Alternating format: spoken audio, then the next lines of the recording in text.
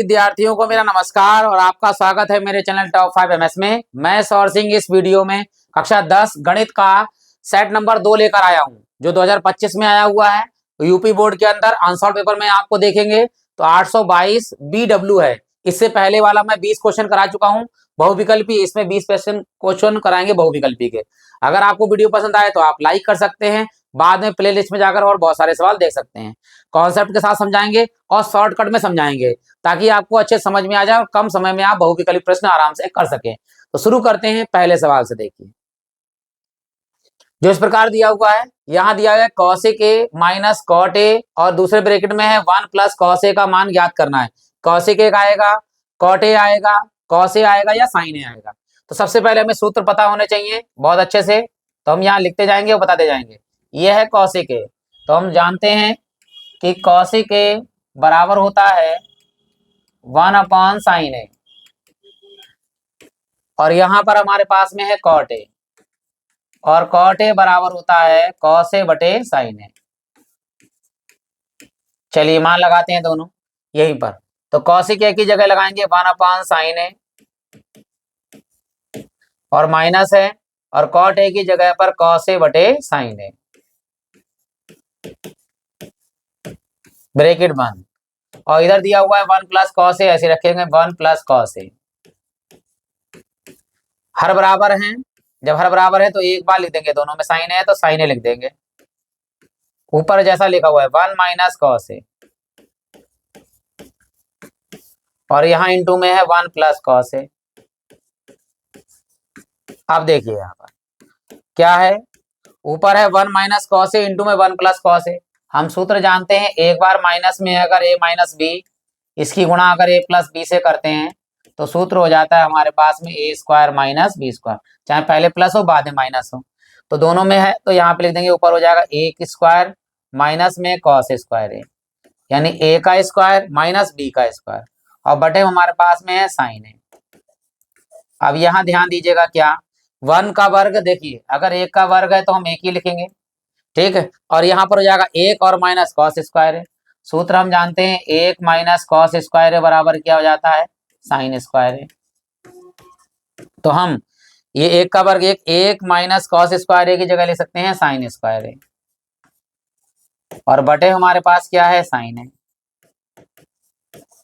Sign है से इसकी घात क्या हो जाएगी, कट जाएगी, तो ऊपर क्या बचा है हमारे पास में, साइन है। तो यही हमारा क्या है, आंसर है। हम देखते हैं कि साइन है कौन से ऑप्शन में दिया हुआ है, वो ऑप्शन हमारे पास में है डी। तो डी ऑप्शन जो है वो यहाँ पर साइन है, बिल्कुल ठीक है। आशा करता हूँ कि क्लियर हुआ होगा। अगर आपको कोई कमी दिखे तो आप कमेंट बॉक्स में कमी भी लिख सकते हैं। वीडियो अच्छा लगा हो तो आप लाइक कर सकते हैं। बढ़ते हैं दूसरे सवाल की ओर, जो इस प्रकार दिया हुआ है कि किसी पासे को एक बार फेंका जाता है। किसको फेंका जाता है, पासे को। और पासे पे अंक कितने होते हैं, 1 2 3 4 5 6, यानी 6 अंक होते हैं। तो पासे पे कुल संभावनाएं कितनी हो गई हमारे पास, 6। ये याद रखना है हमारे लिए। आगे कहा गया है एक विषम संख्या के आने की बात करा है। तो विषम संख्या कौन कौन सी होती है पासे पर, विषम संख्या होती है 1 3 और 5। विषम संख्या कितनी हो गई हमारे पास में, ये हो गई 3। पूछ रहा है प्रायिकता, विषम संख्या आने की प्रायिकता क्या होगी, ऊपर आएगी विषम संख्या यानी 3, और नीचे आएगी कुल संख्याएं कितनी, 6। तो ये हमारी प्रायिकता हो जाएगी। प्रायिकता को नोट करते हैं पी से, तो काट देंगे, 3 एकम 3, 3 दूनी 6। तो कितना आंसर आया हमारे पास में, 1/2।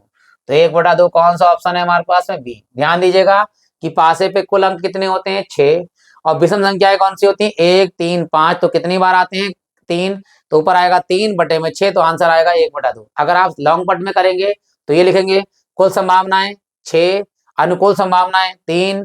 तो प्रायिकता पीई बराबर होगा अनुकूल संभावनाएं 3 और बटे में आएगा कुल संभावनाएं 6। तो 3 एकम 3, 3 दूनी 6, 1/2 आंसर आ गया।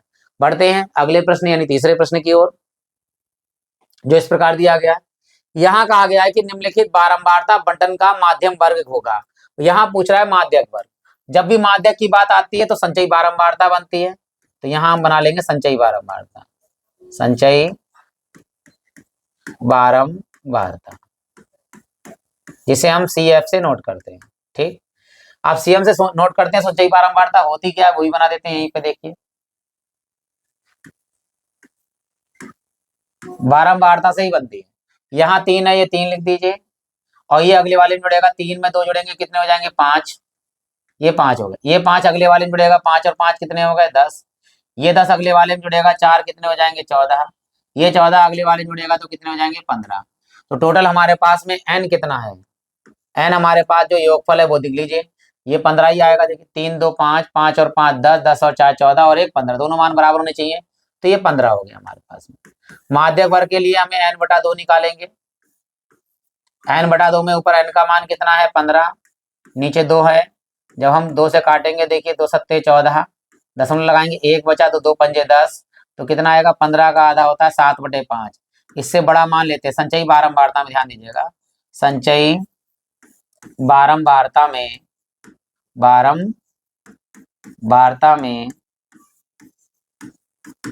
बड़ी संख्या।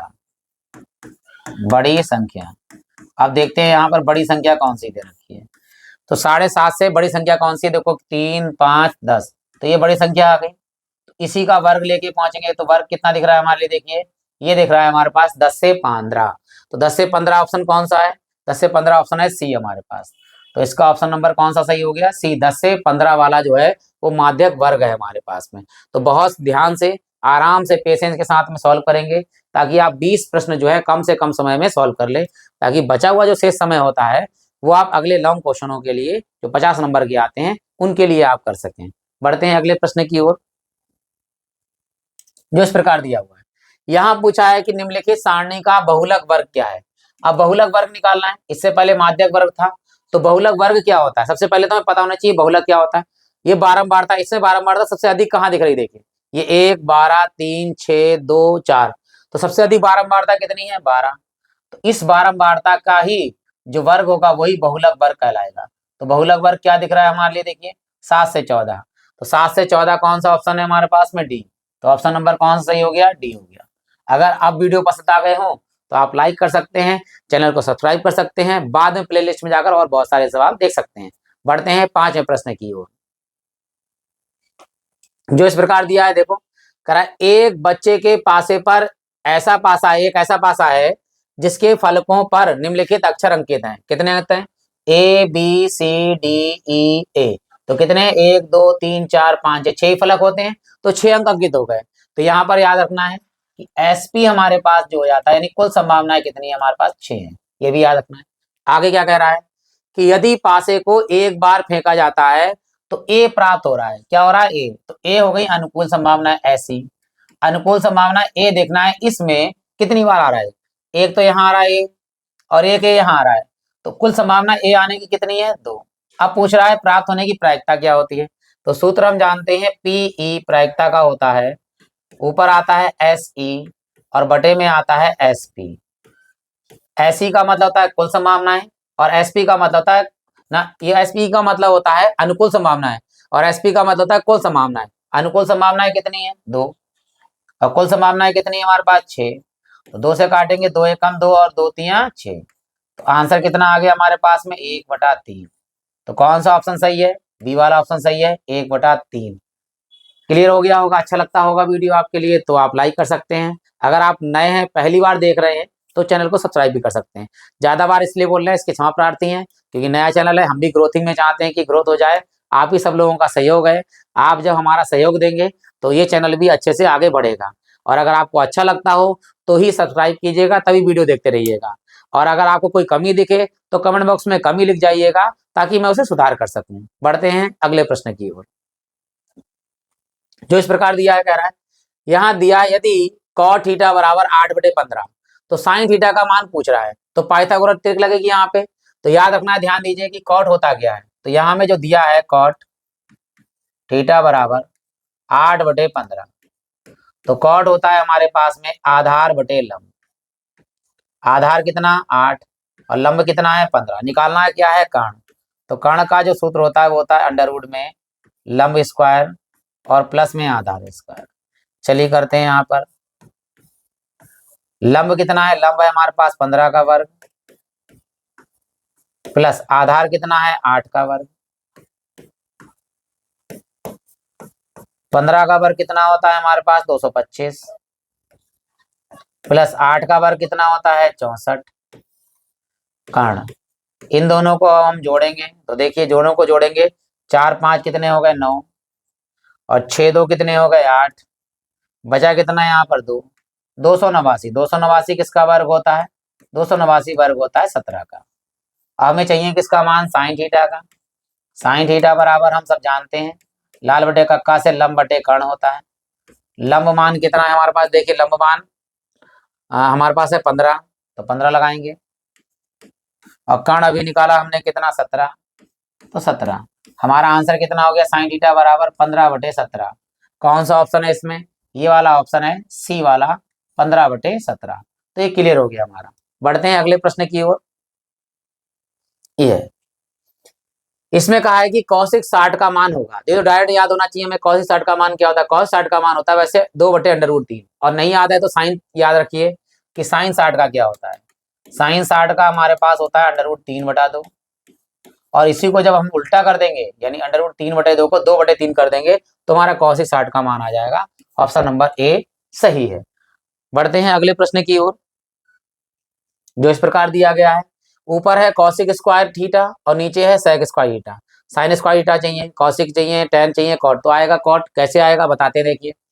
सबसे पहले हम सूत्र जानते हैं क्या, कि कौशिक स्क्वायर थीटा बराबर होता है, कौशिक स्क्वायर थीटा बराबर 1 साइन स्क्वायर थीटा। उसके बाद नीचे है सेक स्क्वायर थीटा, इसकी जगह लिख सकते हैं 1/cos स्क्वायर थीटा। चलिए मान लगा देते हैं। कौशिक स्क्वायर थीटा की जगह पर 1/साइन स्क्वायर थीटा, नीचे सेक स्क्वायर थीटा की जगह 1/cos स्क्वायर थीटा। जो नीचे वाला बटे होता है ये कहाँ जाता है? ऊपर। और जो ऊपर वाले का बटे होता है ये कहाँ आता है? नीचे। तो लिख दीजिए यहाँ पर, देखिए ये पहुंचेगा ऊपर cos स्क्वायर थीटा, और ऊपर वाला बटे कहाँ आएगा? नीचे। गुणा होगी साइन स्क्वायर थीटा की 1 से, तो साइन स्क्वायर थीटा। और हम सभी लोग जानते हैं कॉस बटे साइन होता है कॉट, स्क्वायर लगा है तो ये हो जाएगा कॉट स्क्वायर थीटा। तो ये हमारा आंसर हो गया। इसमें ऑप्शन नंबर कौन सा है? डी बिल्कुल सही ऑप्शन है। अब बढ़ते हैं अगले प्रश्न की ओर, जो यहाँ दिया, यदि HCF यानी कि मासा दिया हुआ है किसका? 35 और 49 का मासा है हमारे पास में कितना? 7। एलसीएम पूछ रहा है 35 और 49 का।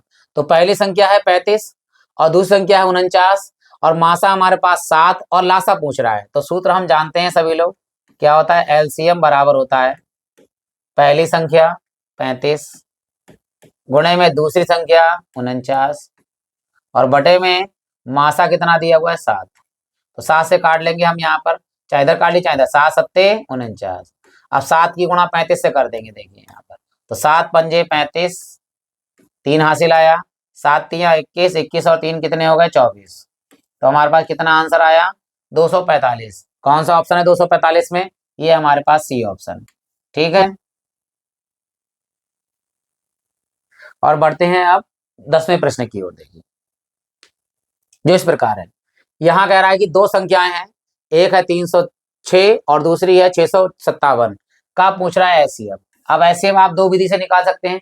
पहली विधि आपकी गुणनफल मेथड है, दूसरी विधि है भाग विधि। भाग विधि से सरल तरीके से जल्दी निकल जाता है, तो हम भाग विधि से निकलवा देते हैं। देखो छोटी वाली संख्या को 6, बड़ी वाली संख्या को भाग करेंगे, यानी 306 से हम भाग करेंगे किसको?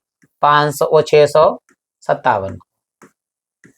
तो 300 दूनी 6 होता है, 6 दूनी 12 होता है, 2 से कर देंगे तो 6 दूनी 12 और 2 तिया 6, 612 हो गया। घटा देते हैं, देखिए 7 में से 2 गया तो कितना बचेगा? 5, और 5 में से 1 गया तो कितना बचेगा? 4, यानी 45 हो गया। फिर इससे भाग कर देंगे, 45 से भाग किसको करेंगे हम? 306 को। तो 4 से पढ़ेंगे, 4 सत्ते 28, तो 7 7 पंजे 35 और ज्यादा हो जाएगा तो 6 बार करेंगे। देखिए 6 से कर दिए, 6 पंजे 30, हासिल आया 3, और 6 चौक 24, 24 और 3 कितने हो गए? 27। ठीक। अब यहाँ घटाएंगे, 6 का 6 हो गया, और यहाँ से हासिल जाएगा 10, 10 में से जाएंगे 7 तो कितने हो जाएंगे? 3, 36 हो गए। यहाँ जाएंगे 45, 36 से कम 36, यहाँ घटाएंगे, देखिए यहाँ 15, 15 में 6 जाएंगे तो कितने बचेंगे? 9, और यहाँ है 36। तो यहाँ करेंगे, देखिए 9 चौक 36, पूरा पूरा हमारा जो है कट गया। तो पूरा पूरा किससे कटा है? 9 से। तो हमारा एचसीएफ कितना हो जाएगा? एचसीएफ हमारे पास हो जाएगा 9। तो कौन सा सही ऑप्शन है हमारे पास में? यहाँ पर है बी, ऑप्शन नंबर 9 बिल्कुल सही है। अब बढ़ते हैं अगले प्रश्न की ओर। देखिए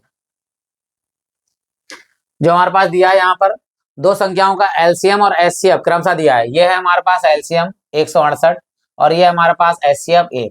यहाँ एक संख्या दे दी गई है कितनी 24, तो दूसरी पूछ रहा है। तो सूत्र क्या होता है देखिए दूसरी संख्या का, दूसरी संख्या बराबर होता है एलसीएम गुणे में एचसीएफ और बटे में आता है पहली संख्या। पहली संख्या आशा है कि आपको तो वैसे सूत्र आता होगा, लेकिन फिर भी मैंने लिख दिया। एलसीएम कितना है हमारे पास 168, एचसीएफ कितना है 6 और पहली संख्या कितनी है 24। तो 6 से काट लीजिए पहले, 6 चौक 24, फिर 4 से काट देंगे। देखिए 4 चौक 16 और 4 दूनी 8। तो कितना आंसर आ गया हमारे पास में, पहली संख्या दूसरी संख्या हो गई हमारे पास 42। जो ऑप्शन नंबर कौन सा है, बी हमारा बिल्कुल सही ऑप्शन है। 11 सवाल क्लियर हो गए हैं। अब है हमारे पास 9 और सवाल बचे हैं, वो भी कराते हैं। यदि अब वीडियो पसंद आ गया हो तो आप लाइक कर सकते हैं और बाद में प्ले लिस्ट में जाकर और बहुत सारे सवाल देख सकते हैं। एग्जाम में बहुत अच्छे से प्रिपरेशन कीजिए आप। मेरी तरफ से आपको हार्दिक शुभकामनाएं कि आपका तैयारी बहुत अच्छी हो और ताकि आप एग्जाम में अच्छे नंबर लेकर आएं, क्योंकि आजकल खेल केवल नंबरों का है। ठीक है, आपने कितनी मेहनत की है इससे कोई मतलब नहीं है, लेकिन आप कितने अंक प्राप्त किए हैं इससे मतलब है। तो बढ़ते हैं अगले प्रश्न की ओर, जो इस प्रकार है। देखो बिंदुओं ए दिया हुआ है हमारे पास a कामा बी और b दिया हुआ है 2a कामा 2b के बीच की दूरी पूछ रहा है। तो पहला जो है बिंदु ले लिया हमने x1/1 और दूसरा बिंदु ले लिया हमने x2/2। यहाँ बीच की दूरी का सूत्र हम लगा देते हैं। हम जानते हैं बीच की दूरी d बराबर होता है अंडरवुड x2 माइनस x1 का whole square plus y2 minus y1 का होल स्क्वायर, d बराबर अंडरवुड x2 का मतलब कितना मान कितना है 2a और माइनस x1 का मान है a का होल स्क्वायर प्लस y2 का मान है 2b माइनस y1 का मान है b का होल स्क्वायर, d बराबर 2a में से a के जाएंगे तो कितना बचेगा a का होल स्क्वायर, 2b में से b जाएंगे तो कितना हो जाएगा b का स्क्वायर, ये d हमारे पास आ जाएगा a का स्क्वायर और प्लस में b का स्क्वायर। तो अंडरवुड के अंदर a square plus b square कौन सा ऑप्शन है भाई, पहला ही ऑप्शन है, यही हमारा बिल्कुल सही है।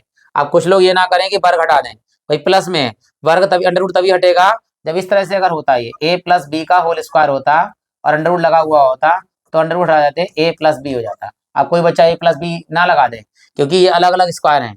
अगर या तो गुणे में होता तो स्क्वायर बाहर निकल आता, लेकिन प्लस में या माइनस में है तो होल स्क्वायर ही बाहर निकलेगा। तो ये आंसर पहला वाला ऑप्शन बिल्कुल सही होगा। अगले प्रश्न की ओर बढ़ते हैं, जो इस प्रकार दिया है।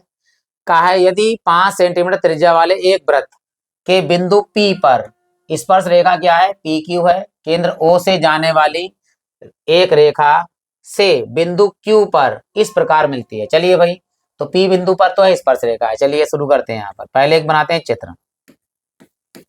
ये एक वृत्त है, इसका केंद्र है हमारे पास क्या O, ये स्पर्श रेखा ऐसे जा रही है, ये यहाँ पर कहीं जाके बिंदु पे मिलेगा। तो ये स्पर्श रेखा जो है वो क्या है, P है। P बिंदु पर स्पर्श रेखा पे मिलता है और Q जो है वो बाहर बिंदु होगा, ये होगा Q। तो वृत्त की त्रिज्या कितनी है, ये है त्रिज्या हमारे पास 5, तो 5 सेंटीमीटर की होगी त्रिज्या। ठीक, ये R ले लीजिए त्रिज्या यहाँ से यहाँ तक। आगे क्या कहा है देखिए, Q पर इस प्रकार मिलती है। ठीक है, तो यहाँ पर बाकी निकालना है। हाँ देखिए PQ दिया हुआ है, PQ कितना दिया हुआ है 12, तो ये है P और ये है Q, ये है 12 सेंटीमीटर। ठीक, आगे क्या पूछ रहा है, OQ यानी O से Q की लंबाई पूछ रहा है। अब यहाँ ध्यान दीजिएगा, ये त्रिज्या है, ये स्पर्श रेखा है। त्रिज्या स्पर्श रेखा पे कितनी डिग्री कोण बनाती है, समकोण होते हैं 90 डिग्री कोण बनाती है। जब 90 डिग्री कोण बनाती है तो याद रखना 90 के ठीक सामने वाली भुजा जो कहलाती है वो कहलाती है कर्ण। ये तो कर्ण हो गया। अब ध्यान दीजिएगा, ये लंब हो गया तो ये आधार हो गया, अगर ये आधार हो गया तो ये लंब हो गया। मतलब किसी को एक को आधार ले लीजिए, एक को लंब ले लीजिए। तो हमने इसको आधार ले लिया 12 को और त्रिज्या को हमने ले दिया लंब। निकालना क्या है कर्ण, कर्ण क्या दिया है हमारे पास ओके। तो हम पाइथागोरस से सूत्र जानते हैं क्या, कि कर्ण बराबर होता है अंडरवुड के अंदर लंब स्क्वायर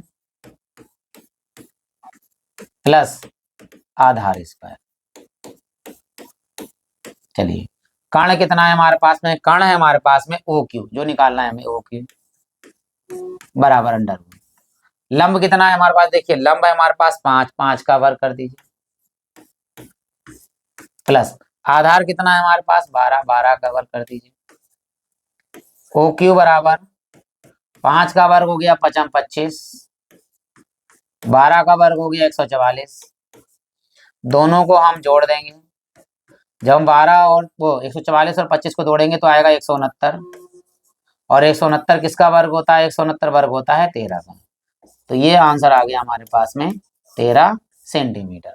कौन सा आंसर है 13 सेंटीमीटर, ये है हमारे पास बी ऑप्शन, 13 सेंटीमीटर बिल्कुल सही है।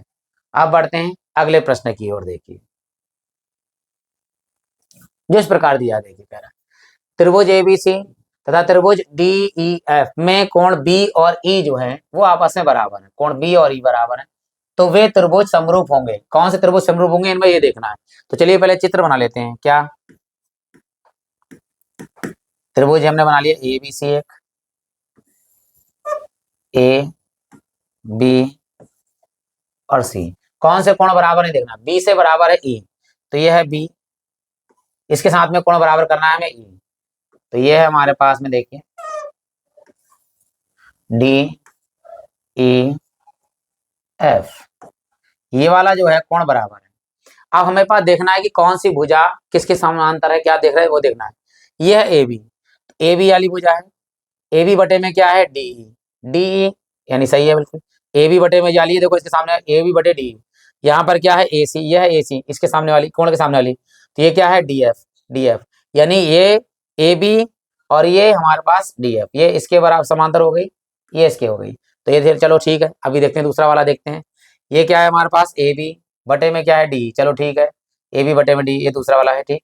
आगे है बी सी, बी सी कौन सा, ये है बी सी, इसके साथ में क्या है ई एफ, भाई ये भी है देखो इसके साथ में, लेकिन अभी और देखते हैं, ये तीसरा है ठीक। आगे देखिए क्या है हमारे पास में, ये है बी सी ये है, बटे में क्या है ई एफ ठीक है। उधर क्या है हमारे पास में ए सी ए यानी याली, और नीचे है एफ डी ठीक। अगला वाला देखिए, ये है हमारे पास ए बी, ये ए बी हो गया, और बटे में कितना है हमारे पास में डी ई, ए बी बटे में डी। दूसरा क्या है हमारे पास में बी सी, और बी सी बटे में क्या है एफ डी, एफ डी है ये, बी सी बटे में एफ डी है, यानी ये वाला तो ऑप्शन गलत हो गया हमारे पास में। ये वाला ऑप्शन तो होगा नहीं, कि समरूप होंगे तभी होंगे जब याली भुजा दोनों आपस में कैसी होगी, इस वाले समांतर इसके बराबर होगी अनुपात में। तो यहाँ है ए बी बटे में डी, ए बी बटे में आ गया डी, ऊपर में यहाँ पर है ए सी, और बटे में कितना है हमारे पास में डी एफ, सही हो सकता है। ये है ए बी और बटे में यहाँ पर है हमारे पास डी, ये तो दोनों हैं, और यहाँ है बी सी, और ये हमारे पास ये बिल्कुल ऑप्शन सही है बेटा, बी वाला देखो। यहाँ देखिएगा ध्यान से, ये है ए बी याली भुजा, बटे में क्या है डी ई याली भुजा, फिर इधर देखिए आपको बी सी याली भुजा, और साथ में क्या है ई एफ याली, यानी कोण के इधर वाली भुजा और कोण के इधर वाली भुजा जो है इसके अनुपात जो है आपस में बराबर है।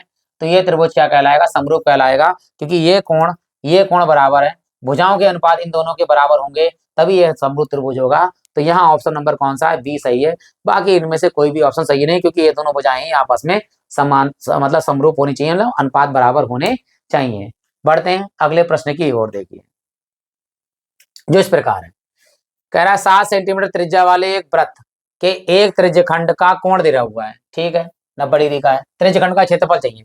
त्रिज्या हमारे पास कितनी है 7, यानी आर बराबर 7 और थीटा बराबर 90 डिग्री का। चलिए भाई निकालते हैं त्रिज्यखंड का क्षेत्रफल। क्या होता है त्रिज्यखंड का क्षेत्रफल,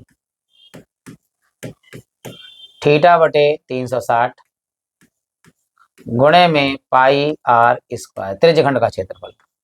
थीटा का मान कितना है 90 डिग्री, बटे में 360 डिग्री, और गुणे में यहाँ पर पाई का मान लगाना है, लगा दीजिए, पाई का मान 22/7 गुणे में आर का मान कितना है 7 का वर्ग, ये वर्ग है तो 7 का स्क्वायर से 7 नीचे क्या कर दीजिए कैंसिल कर दीजिए, 0 से 0 कैंसिल हो गया, 9 एकम 9 और चौक 36 ठीक। अब यहाँ से 2 से काट लिए, 2 दूनी 4 और 2 एकम 2, 2 एकम 2, तो ऊपर हमारे पास आ गया 11 एकम 11 बटे में 2 और गुणे में कितना है 7, 7 की गुणा कर दिए, 11 सत्ते 77 और बटे में कितना है 2, और ये वर्ग सेंटीमीटर में है तो वर्ग सेंटीमीटर आ जाएगा, नहीं सेंटीमीटर स्क्वायर आएगा।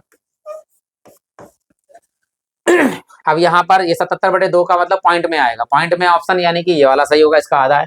फिर भाग करके दिखा देते हैं, देखिए 2 से भाग करेंगे 77 को, 2 3 6, यहाँ आएगा 1, यहाँ 7, 2 8 16, पॉइंट लगाएंगे, यहाँ 1 दशमलव लगा हुआ है, 0 लगा देंगे, 2 पंजे 10, तो कितना आया हमारे पास में आंसर आ गया 38.5 और सेंटीमीटर स्क्वायर। तो कौन सा ऑप्शन सही है हमारे पास, यहाँ ऑप्शन सही है, कौन सा वाला, सी वाला। अब बढ़ते हैं अगले यानी 16वें प्रश्न की ओर। ये कह रहा देखिए, ये आयतन वाले में से है, यानी संपूर्ण पृष्ठ है, पृष्ठीय क्षेत्रफल और आयतन वाले चैप्टर से है। कह रहा एक खिलौना 4 सेंटीमीटर त्रिज्या वाले एक शंकु के आकार का है, ठीक है, शंकु के आकार का है, बना लीजिए, जिसकी त्रिज्या हमें दे रखी है कितनी, 4 सेंटीमीटर। तो ये हमारा शंकु के आकार का हो गया, जिसकी त्रिज्या जो है r बराबर 4 सेंटीमीटर दे रखी है।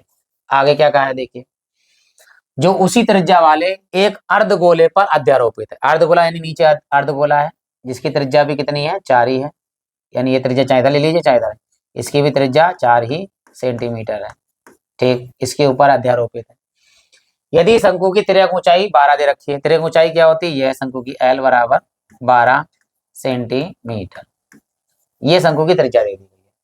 तो खिलौने का संपूर्ण पृष्ठीय क्षेत्रफल चाहिए। संपूर्ण पृष्ठीय क्षेत्रफल क्या होगा, देखिए ध्यान से, ये है इसका शंकु का वक्र पृष्ठ और ये है गोले का वक्र, अंदर की भाग नहीं करा है, पृष्ठीय क्षेत्रफल की बात करा है, ये संपूर्ण पृष्ठीय क्षेत्रफल है। तो शंकु का पृष्ठीय क्षेत्रफल और नीचे जो है किसका, गोले का संपूर्ण पृष्ठीय क्षेत्रफल, यानी गोले का पृष्ठ क्षेत्रफल और शंकु का पृष्ठीय क्षेत्रफल निकालेंगे, वक्र पृष्ठ निकालेंगे और आंसर आ जाएगा। अब आगे देखिए क्या क्या नहीं दिया हुआ है, यहाँ पे ऊंचाई नहीं दे रखी है इसकी, और ऊंचाई जरूरत नहीं पड़ती, पाई आर एल होता है शंकु का, ठीक, ऐसे लगा दीजिए, देखिए तो आएगा यहाँ पर खिलौने का संपूर्ण पृष्ठ, खिलौने का संपूर्ण पृष्ठ, ऊपर आएगा शंकु का वक्र पृष्ठ, शंकु का वक्र पृष्ठ प्लस अर्धगोले का वक्र पृष्ठ, यह है अर्धगोला, इसका वक्र पृष्ठ, अर्धगोले का वक्र पृष्ठ, गोले का वक्र पृष्ठ। चलिए, शंकु का वक्र पृष्ठ क्या होता है, पाई आर एल, अर्धगोले का वक्र पृष्ठ क्या होता है, 2 पाई आर स्क्वायर, क्योंकि इसमें एच नहीं होता है ना एल होता है। दोनों में कॉमन क्या आ रहा है, 2 पाई कॉमन, वो पाई आर कॉमन आ रहा है, यहाँ क्या बचेगा, पाई आर कॉमन आ गया, एल प्लस पाई आर की घात 1 कॉमन आ गया, 2 तो बचेगा ही बचेगा, आर की घात 1 बचेगा।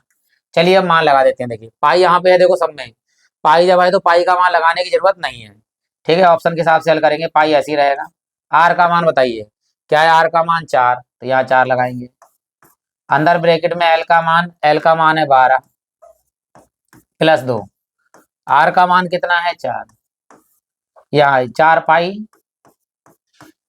अंदर 12 प्लस 4 दूनी 8, तो यहाँ हो गया 4 पाई अंदर 12 और 8 कितने हो गए 20, 20 चौक कितने होते हैं 80, और साथ में है पाई, और सेंटीमीटर है तो सेंटीमीटर स्क्वायर आएगा, क्योंकि संपूर्ण पृष्ठ हो या वक्र पृष्ठ हो सेंटीमीटर स्क्वायर में आता है। तो कौन सा ऑप्शन है, 80 पाई सेंटीमीटर स्क्वायर, यहाँ पे ऑप्शन नंबर है डी हमारा बिल्कुल सही है। आशा करता हूँ कि 16 सवाल क्लियर हो गए होंगे आपके। कहीं पर कोई थोड़ा सा डाउट रह गया हो तो आप कमेंट बॉक्स में कमेंट कर देंगे, ताकि मैं अगले वीडियो में सुधार कर सकूं। इसमें मैं आपको मेंशन कर दूंगा, अगर आप कमेंट करते हैं कोई तो कमेंट में ही मेंशन कर दूंगा कि क्या अगर वो कमी थी तो मैं उसको वहां पर मेंशन कर दूंगा आपके लिए। चलिए बढ़ते हैं अगले प्रश्न की ओर। यहाँ लिखा है द्विघात समीकरण है कि शून्यक होंगे। अब शून्यक दो तरह से, या तो आप ज्ञात कर लीजिए या है इन्हें मान लगा के देख लीजिए कि कौन सा मान 0 आ रहा है, वही हमारे शून्यक होंगे। तो चलिए पहले यहाँ पर 4 दिया है, प्लस का 4 दिया है, तो यहाँ पर 0 लाने के लिए देखिए ध्यान से, सारे मान अगर प्लस में लगाएंगे तो प्लस वाला आएगा, तो ये दोनों मान तो प्लस के होंगे नहीं, पहला काम तो ये कैंसिल कर दिए, दोनों मान प्लस के नहीं होंगे, ठीक है। अब मान माइनस के हो सकते हैं, तो मान एक कोई मान प्लस का नहीं होगा, याद रखना, ये भी गलत है, ये प्लस वाले, यानी इन दोनों में से कोई सही हो सकता है। प्लस का 2 लगाएंगे तो प्लस में वैल्यू आएगी, 0 नहीं आएगी। तो यानी दोनों प्लस वाले मान गलत हैं, ये दोनों माइनस वाले मान आएंगे, क्योंकि सारे मान प्लस के हैं, तो मूल दोनों ही शून्य माइनस के ही आएंगे। अब चलिए एक लगा लेते हैं कोई सा भी। अब यहाँ दोनों में क्या नहीं है, दो लगा लेते हैं, ताकि दो अगर आ गया तो यही ऑप्शन सही हो जाएगा, और अगर दो नहीं आया तो ये वाला ऑप्शन अपने आप ही क्लियर हो जाएगा। तो एक्स का मान 2 लगाते हैं, देखिए माइनस का, एक्स बराबर -2 रखने पर चलिए लगाते हैं, देखो 0 आ जाता है, तो हमारा आंसर वही वाला ऑप्शन 2 वाला सही होगा। देखिए -2 का वर्ग, इस एक्स की जगह पर +7, एक्स की जगह पर -2 +12। चलिए 2 का वर्ग सम है, मतलब समघात है, तो प्लस में आएगा, 2 दूनी 4 प्लस का, माइनस के 7 दूनी 14 और प्लस के यहाँ 12। देखिए 12, ये 12 प्लस के 7 दूनी 14, सॉरी ये 7 दूनी 14 है, 7 दूनी 14, 2 का वर्ग 4। अब देखो ये 14 है, 12 और 4 कितने हो गए, माइनस के 14 और प्लस के 12 और 4 हो गए 16। कितना आया ये हमारे पास 2। इसका मतलब ये ऑप्शन क्या हो गया, गलत, ये अपने आप सही हो गया। सही हो गया तो मान लगा के भी चेक करते हैं, क्या पता हमारा गलत हो सकता है। तो पहले मान लगाते हैं x बराबर -4, -4 लगाते, देखिए तो यहाँ लगाइए -4 का वर्ग +7 -4 और प्लस के 12। देखिए वर्ग हमेशा प्लस का होता है, तो 4 का वर्ग क्या होगा, 4 चौक 16 प्लस का, माइनस के 7 चौक 28 और प्लस के 12। देखिए 12 और 16 जोड़ेंगे तो क्या हो गया, 28 और -28, देखिए 0 आ गया। इसका मतलब ये ऑप्शन सही है। फिर भी हम 3 लगा के और दिखा देते हैं आपके लिए, x बराबर -3। चलिए -3 का वर्ग +7 -3 और प्लस में 12। देखिए दोनों में 0 आएगा। देखिए माइनस का वर्ग प्लस में होगा, 3 तिया 9, माइनस के 7 तिया 21 और प्लस में 12। देखिए 12 और 9 जोड़ेंगे तो कितना आएगा, 21, और 21 में से 21 गया तो क्या आएगा, 0।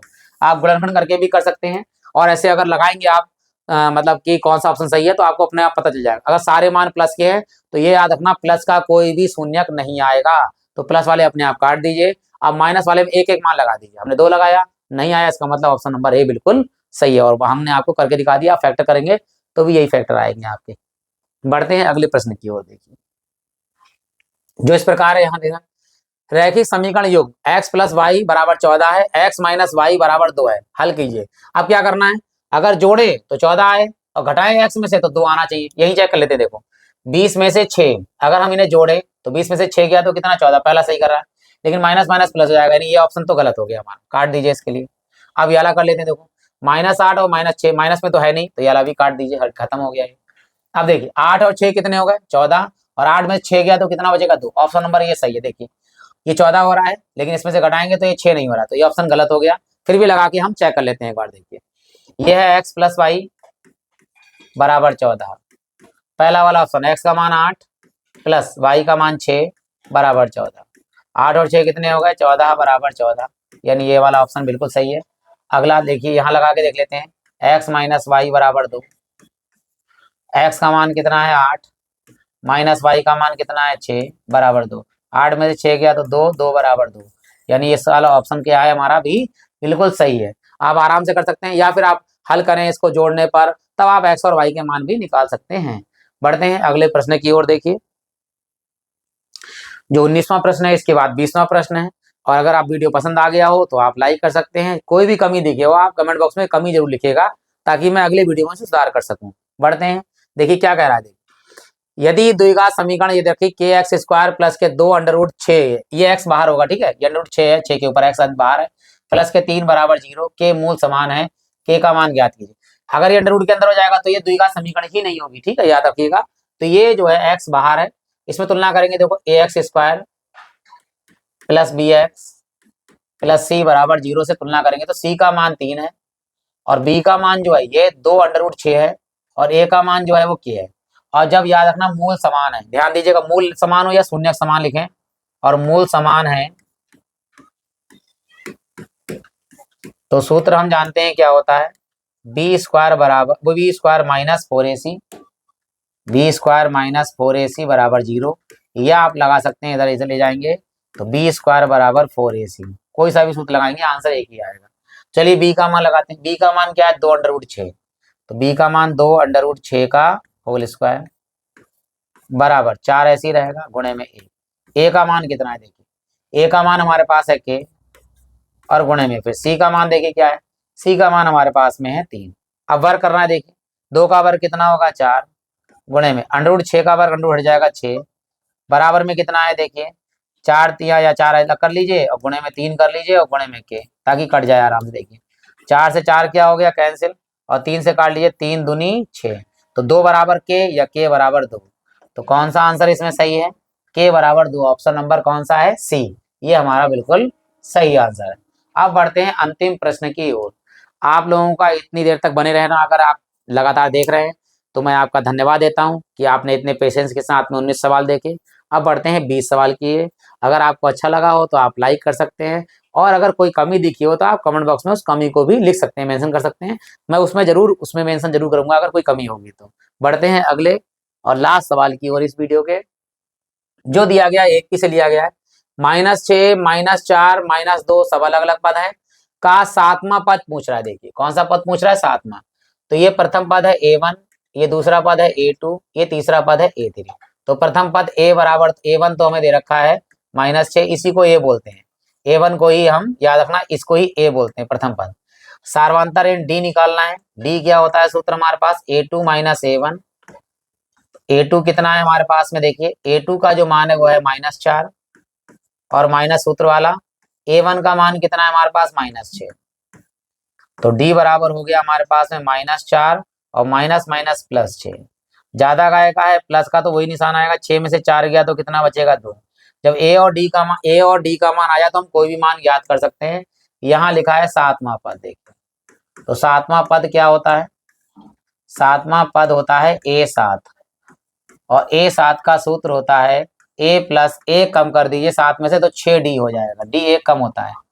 अब मान लगा दीजिए, A का मान कितना है हमारे पास में, -6 और +6 गुणे D का मान कितना निकाला हमने, वो निकाला 2। तो ये -6 और +, 6 दूनी 12, 12 ज्यादा है, 12 में से 6 घटाएंगे तो कितना आएगा, 6। तो यहाँ आंसर कौन सा आया हमारे पास में, 6, ऑप्शन नंबर है D। तो ये हमारा D ऑप्शन हो गया 6। आशा करता हूं कि आपको 20 के 20 सवाल क्लियर हुए होंगे। अगर कोई सवाल भी शुरू से लेकर एंड तक अगर कुछ कमी दिखी हो तो उस सवाल नंबर को मेंशन करके आप वहां पे कमेंट कर देंगे,